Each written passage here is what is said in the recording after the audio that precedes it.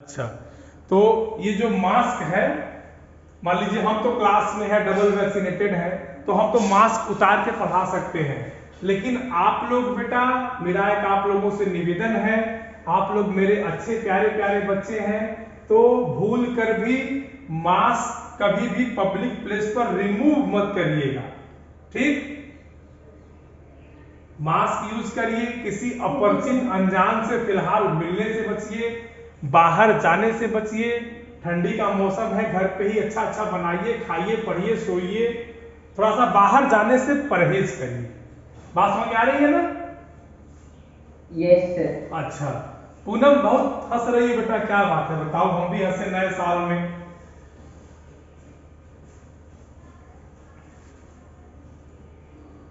Angel भी हंसे, कब से चुप है। अच्छा, क्या पढ़ रहे थे बेटा हम, जरा बताइए आप लोग। क्यों?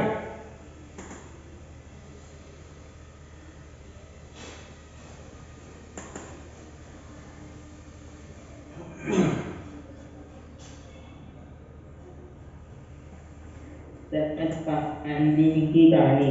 हाँ,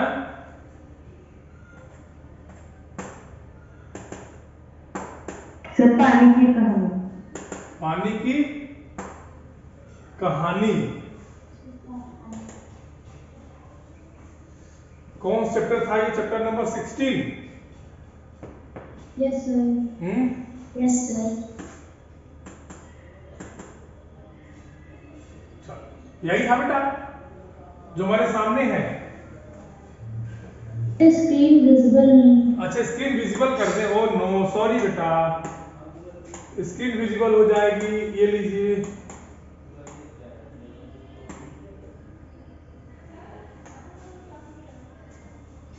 यस सर, विजिबल है। आवाज आ रही कि नहीं मेरी, पहले ये बताइए। आवाज आ रही है ना? Yes sir. चलो, यस। अब जरा हमको ये सब लोग कैमरा ऑन रखिए, कहां तक पढ़ लिए थे हम लोग, जरा हमको ये बताइए।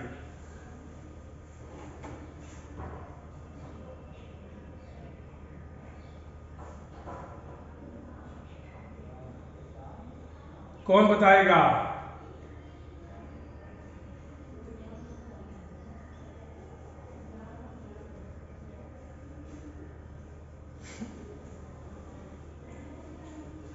आदित्य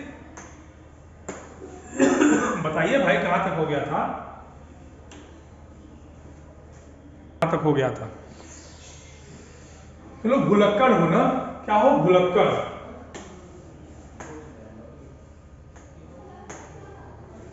सर पेज 100 का सर फर्स्ट पैरा स्टार्ट करना था। Very good. ये चलो आदित्य तुम ही पढ़ो, आदित्य पढ़ो तुम इसको। Okay sir. हाँ पढ़ो तो। इस दुख तथा भावपूर्ण कहानी का मुझ पर बड़ा प्रभाव पड़ा। मैंने कहा जब तक तुम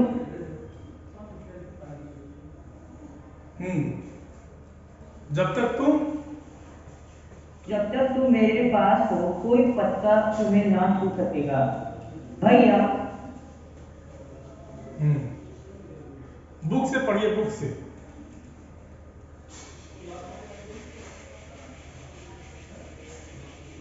भैया तुम्हें इसके लिए धन्यवाद है। मैं जब तक सूर्य ना निकले तभी तक रक्षा रक्षा चाहती हूँ।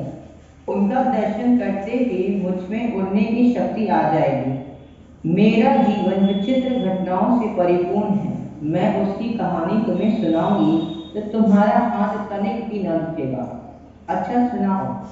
बहुत दिन हुए मेरे पुरखों हाइड्रोजन हाइड्रोजन और ओशजन ऑक्सीजन नामक दो सूर्यमंडल में लपटों के रूप में विद्यमान थीं।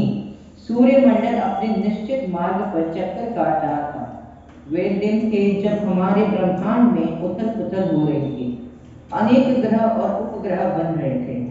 ठहरो, क्या तुम्हारे पुरखे अब सूर्यमंडल में नहीं है? अब रुक जाइए आदित्य जी, रुक जाइए। देखिए इस पैराग्राफ को ध्यान से समझिए यहां तक। ठीक। इसमें क्या है कि कहते हैं कि इस तुक तथा भावपूर्ण कहानी का मुझ पर बड़ा प्रभाव पड़ा। किस पर पड़ा? लेखक पर। लेखक बात किससे कर रहा है? पानी की बूंदों से। बातचीत का वर्णन है ना, बोलिए। और मैंने आपको बताया था कि ये जो पाठ है बेटा, ये कुछ क्या पूरा विज्ञान पर आधारित है। ठीक, किस पर आधारित है? विज्ञान पर। तो जब पानी अपनी पूरी दास्तान ऊपर बता लेती है और लेखक सुनता है तो कहता है कि जब तक तुम मेरे पास हो कोई पत्ता तुम्हें न छू सकेगा। किसको नहीं छू सकेगा? पानी को। किसको नहीं छू सकेगा? पानी को। कहते कि भैया तुम्हें इसके लिए कहते कि भैया तुम्हें इसके लिए धन्यवाद है। मैं जब तक सूर्य न निकले तभी तक रक्षा चाहती हूं। उनका दर्शन करते ही मुझमें उड़ने की शक्ति आ जाएगी।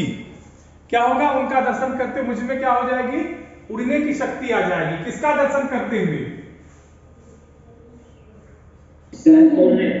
क्योंकि जब सूर्य निकलेगा तो पानी वाष्प बनकर उड़ जाता है। वह इवापोरेशन की क्रिया पता है ना आपको? Yes, sir. कहते हैं कि मेरा जीवन विचित्र घटनाओं से परिपूर्ण है। मैं उसकी कहानी तुम्हें सुनाऊंगी तो तुम्हारा हाथ तनिक भी न दुखेगा। कौन कह रहा है?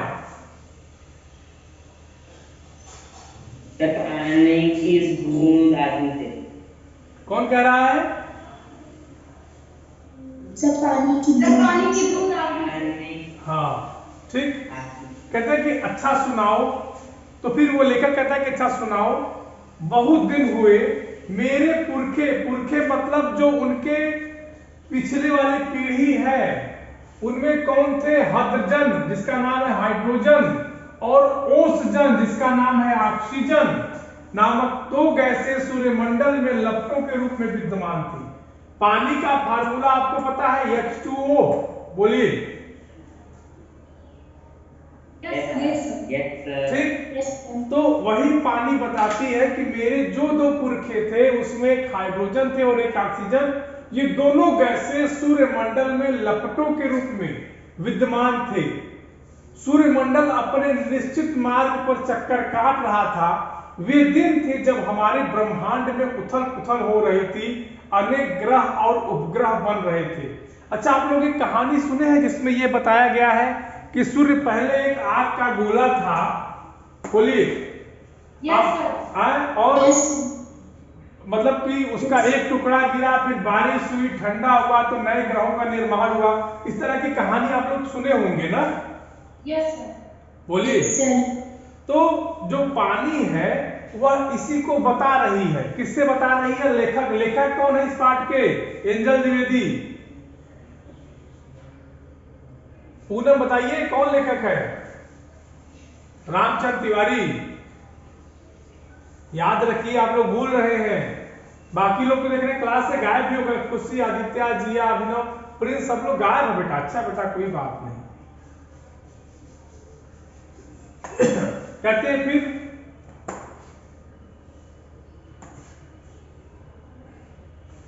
यहां से पढ़िए, पूनम पढ़िए तो है उनके वंशज से।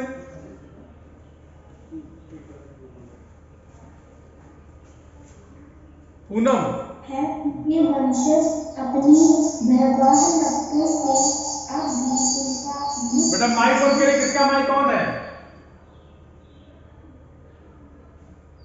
चलिए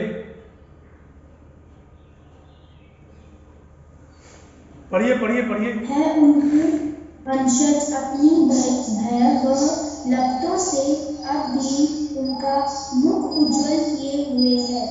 हाँ, तो मेरे पुरखे बड़े प्रसन्नता से सूर्य के धरातल पर नाचते रहते थे।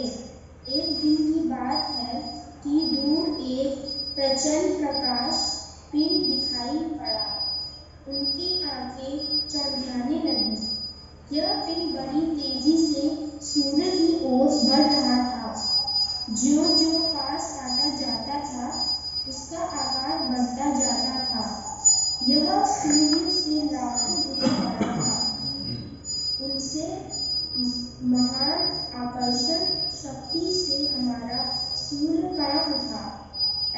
ज्ञात हुआ कि उस ग्रहराज से टकराकर हमारा सूर्य चूर्ण हो गया।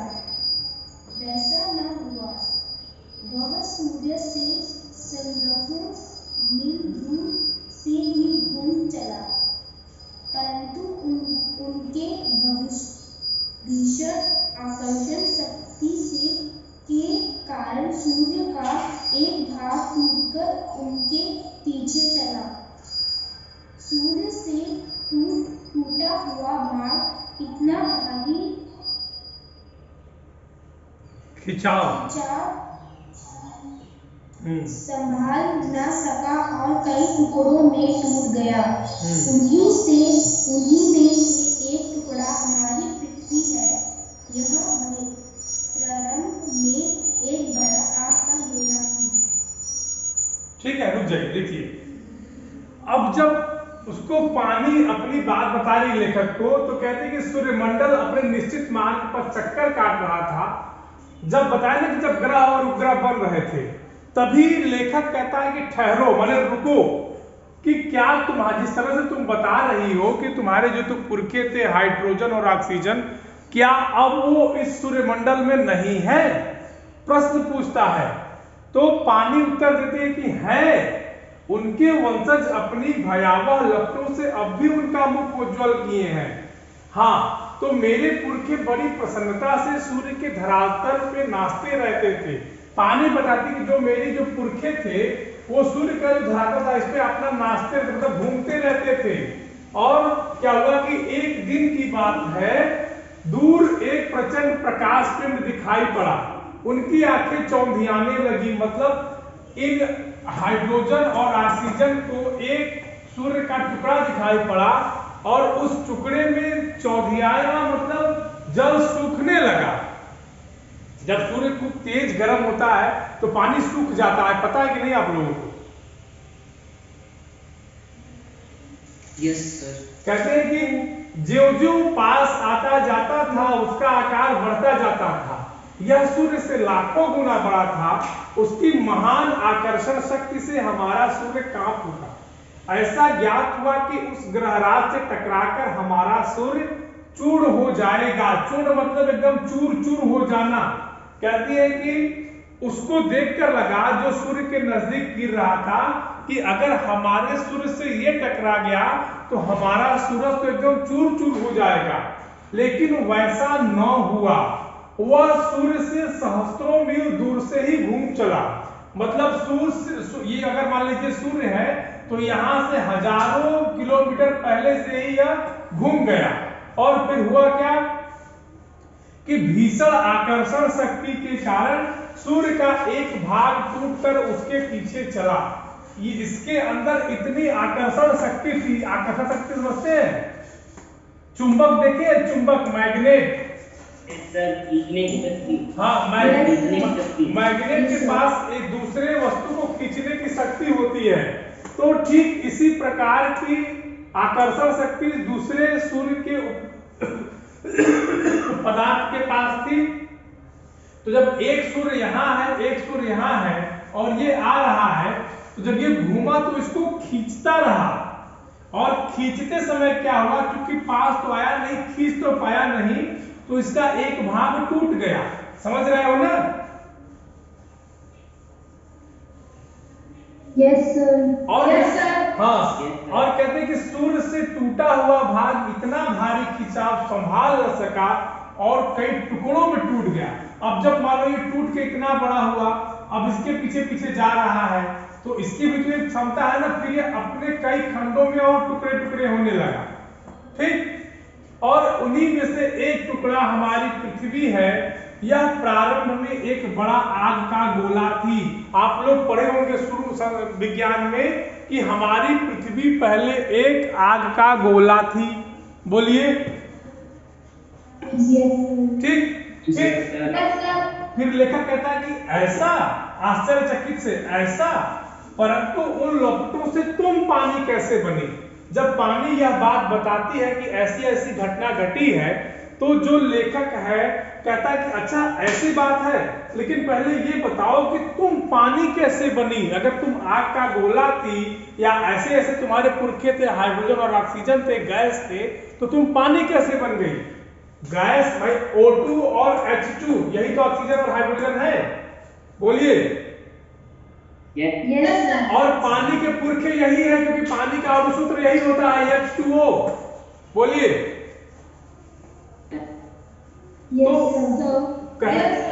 जी। तो वो कहता है कि ये सब तो ठीक है, लेकिन पहले ये बताओ कि तुम पानी कैसे बनी? अगर तुम्हारे पुरखे गैस थे तो आप पानी कैसे बनी? किसने कहा?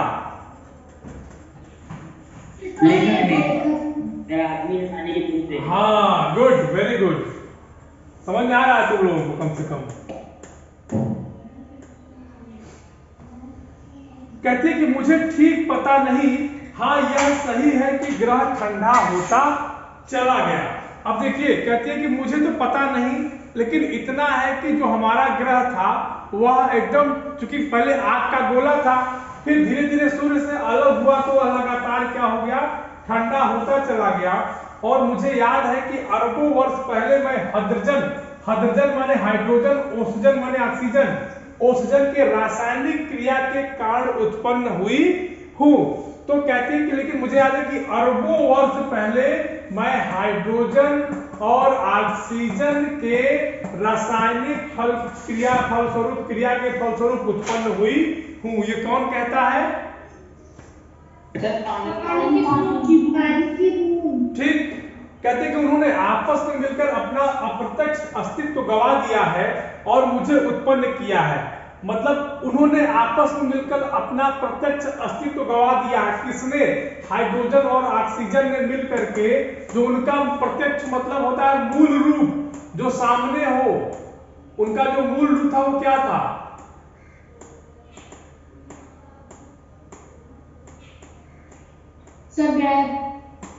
गैस था। तो हाँ, तो कहते हैं कि इनका जो मूल रूप था, इन्होंने इसको गंवा दिया है। और इन्होंने किसको जन्म दिया है? पानी को। क्लियर? यस हाँ।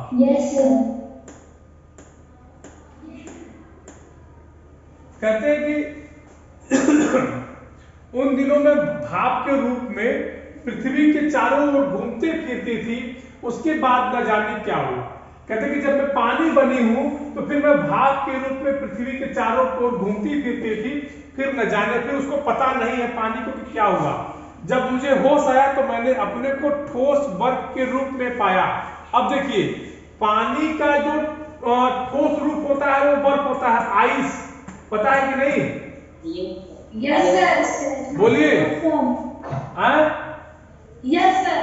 तो मेरा शरीर पहले भाप रूप में था, वह अब अत्यंत छोटा हो गया था। वह पहले से कोई 17वां भाग रह गया था। मैंने देखा चारों ओर मेरे असंख्य साथी बर्फ बने पड़े थे।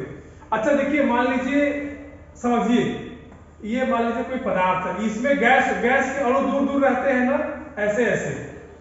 बोलिए। Yes sir. द्रव के उससे थोड़ा नजदीक। बोलिए। Yes sir. और ठोस के एकदम पास रहेंगे, एकदम ऐसे सटे सटे ना। बोलिए। जी सर। ऐसे ठोस तो ऐसे ही होता है बेटा ना। बोलिए। जी सर। हाँ। तो कहते हैं कि जब मैं अगल बगल देखी तो मुझे केवल मेरे अपने साथी बर्फ के रूप में दिखाई दी। कहते हैं कि जिस समय हमारे ऊपर सूर्य की किरणें पड़ती थी तो सौंदर्य बिखर पड़ता था। हमारे कितने साथी ऐसे भी थे जो बड़ी उत्सुकता से आंधी में ऊंचा उड़ने, उछलने, कूदने के लिए कमर कसे तैयार बैठे। आप लोग देखे होंगे कि बर्फ भी हवा में उड़ती है। कभी बर्फबारी का सीन देखे आप लोग पिक्चरों में या टीवियों में? तो कहते हैं कि जब हवा चलती थी तो हमारे कितने भी ऐसे साथी थे जो हर समय हवा में उड़ने के लिए उत्सुक रहते थे। क्लियर हो गई बात? Yes sir. फिर लेखक कहता है कि बड़े आनंद का समय रहा होगा वहां, तो कहती है बड़े आनंद का। फिर कहता है कितने दिनों तक। फिर पानी कहते हैं कि कई लाख वर्षों तक।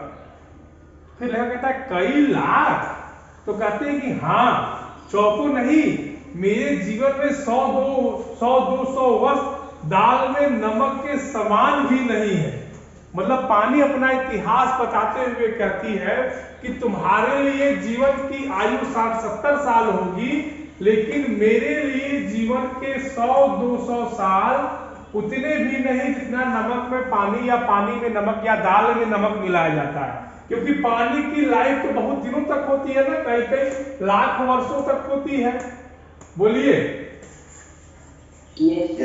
यहाँ तक किसी को कोई समस्या? No sir. No Yes. Sir. No sir. आगे क्या कहते हैं? कहते हैं कि मैंने ऐसे दीर्घजीवी से वार्तालाप करते जान अपने आप को धन्य माना और ओस के बूंद के प्रति मेरी श्रद्धा बढ़ चली। फिर लेखक कहते हैं कि मैंने ऐसे दीर्घजीवी का मतलब होता है जो बहुत लंबी आयु तक जीवन जिए। ठीक, दीर्घ माने बड़ा, जीवन माने जीना, से वार्तालाप माने बातचीत। लेखक कहते हैं कि मैंने ऐसे इंसान से बात की है और अपने आप को धन्य माना है। बात किससे की है? ओस की बूंदों से, यानी पानी से। ठीक, कहते हैं कि हम शांति से बैठे एक दिन हवा से खेलने की कहानियां सुन रहे थे कि एक दिन अचानक ऐसा अनुभव हुआ मानो हम सरक रहे हैं। सबके मुंह पर हवाइयां उड़ने लगी, अब क्या होगा?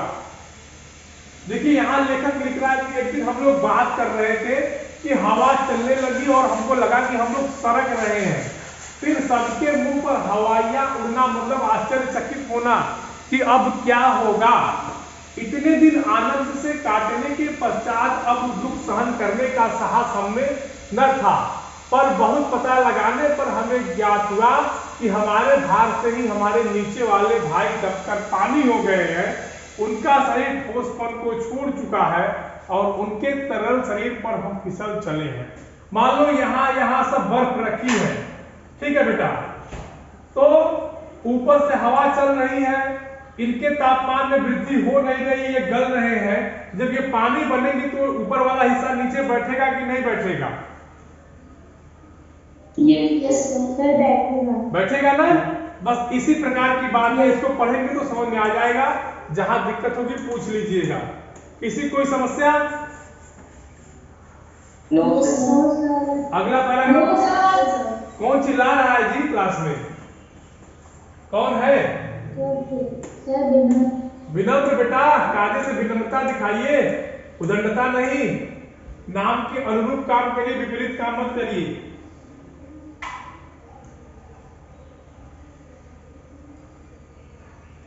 कहाँ पहुंच गए जी हम लोग?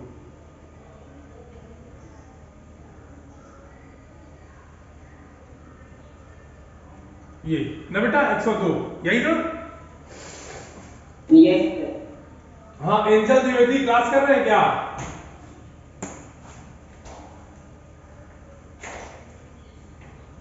रजनीश यादव क्लास कर रहे हैं क्या?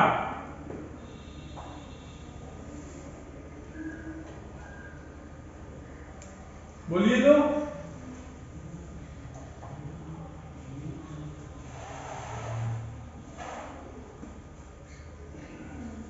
जिया सिंह बेटा पढ़ोगी? जिया पढ़ोगी? यस। चलो पढ़ो, ये वाला पैराग्राफ तुम पढ़ो। तो पढ़ो यहां तक, कम से कम यहां तक पढ़ो। यस। मैं कई माह समुद्र में इधर उधर घूमती रही, फिर एक दिन गर्म धारा में से भेंट हो गई। धारा के जलते अस्तित्व को ठंडक पहुंचाने के लिए हमने उसकी गर्मी से सोखनी प्रारंभ कर दी और इसके सर ये क्या लिखा है? क्या बेटा? सर इसके के बाद इसकी उसकी गर्मी सोखनी प्रारंभ कर दी। No sir. हाँ। इसके बाद इसके फलस्वरूप हाँ फलस्वरूप में पिघल पड़ी और पानी बनकर समुद्र में मिल गई। समुद्र का भाग बनकर मैंने जो दृश्य देखा वह वर्णनातीत है। मैं अभी तक समझती थी कि समुद्र में केवल मैं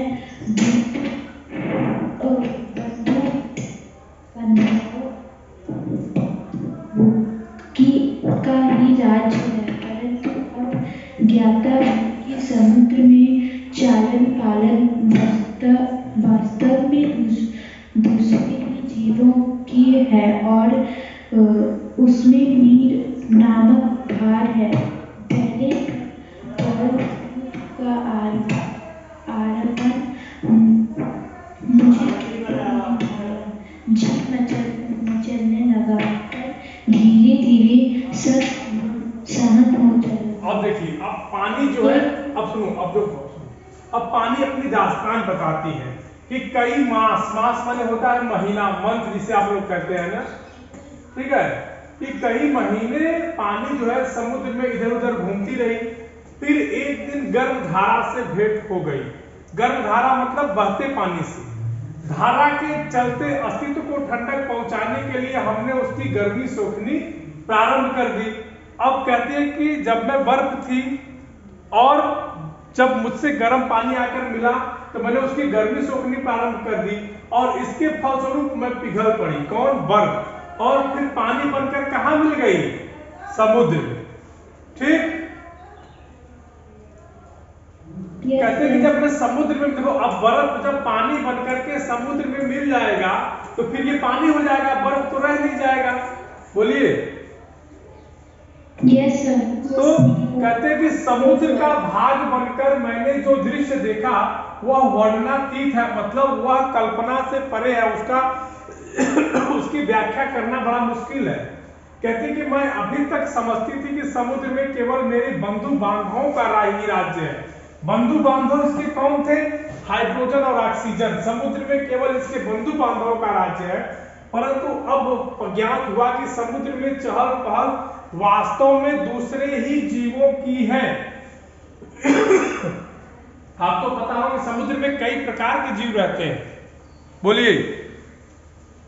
यस यस। ठीक। और उसमें नीला नमक भरा है, मतलब पूरा पूरा समुद्र का पानी नमक से भरा पड़ा है। कहते हैं कि पहले समुद्र का खारापन मुझे बिल्कुल नहीं भाया, जी मचलाने लगा, पर धीरे धीरे सब सहन हो चला। पानी कहते हैं कि जब मैं समुद्र में पहुंचती हूं तो पहले मुझे यह आभास हुआ कि समुद्र में मेरे अपने भाइयों का ही राज्य है, लेकिन धीरे धीरे मेरी यह भूल सिद्ध हुई और समुद्र में कई अन्य जीव थे और वहां पर खारा पानी था और खारा पानी वजह से मेरा जी मचलने लगा, लेकिन फिर बाद में मेरी धीरे धीरे आदत हो गई। क्लियर? Yes sir. चलिए। कहते हैं कि एक दिन मेरे जी में आया कि मैं समुद्र के ऊपर तो बहुत घूम चुकी हूँ, भीतर चलकर भी देखना चाहिए कि क्या है। इस कार्य के लिए मैंने गहरे जाना प्रारंभ कर दिया। फिर उसको लगा कि मैं समुद्र के ऊपर तो घूम रही हूँ, मुझे चलकर समुद्र की गहराई, मान लो इसकी गहराई नीचे होगी ना यहाँ, बोलिए। फिर इसको लगा कि मुझे यहाँ चलकर देखना चाहिए कि वास्तव में है कहाँ। और जब यह बर्फ रूपी पानी जो है नीचे जा रही थी तो फिर क्या कहती है कि मार्ग में मैंने विचित्र जीव देखे। मैंने अत्यंत धीरे धीरे रेंगने वाले घोंघे, जालीदार मछलियां, कई मन भारी कछुए और हाथों वाली मछलियां देखी। एक मछली ऐसी देखी जो एक मनुष्य से कई गुना लंबी थी, उसके 8 हाथ थे, वह इन हाथों से अपने शिकार को जकड़ लेती थी। अब जब यह समुद्र के नीचे आ रहा है तो आते वक्त इस रास्ते में वह विभिन्न प्रकार के जीवों को देखता है। और क्या देखता है? धीरे धीरे रेंगने वाले घोंघे आप लोग देखे? पाइला, स्नैल। Yes sir. स्नेल, जालीदार और कहते हाँ कई कई मन भारी, एक मन मतलब होता है 40 किलो, तो कहता है कई कई मन भारी कछुए, एक मन का मतलब होता है कि 40 किलो। ठीक, एक मछली ऐसी देखी जो मनुष्य से कई गुना लंबी थी, उसके 8 हाथ थे, वह इन हाथों से अपने शिकार को जकड़ लेती थी। Octopus, yes.